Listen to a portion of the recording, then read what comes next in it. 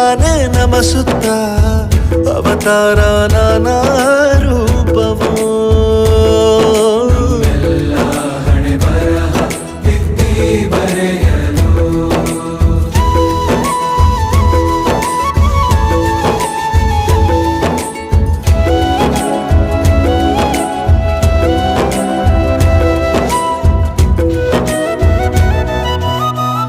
ಬಾಳಲ್ಲಿ ಲೆಕ್ಕ ಎಷ್ಟು ಮುಖ್ಯ ಎಂಬುದ ಬೆರಳಲ್ಲೇ ತೋರಿ ಕಲಿಸಿದ ಗುರುಗಳು.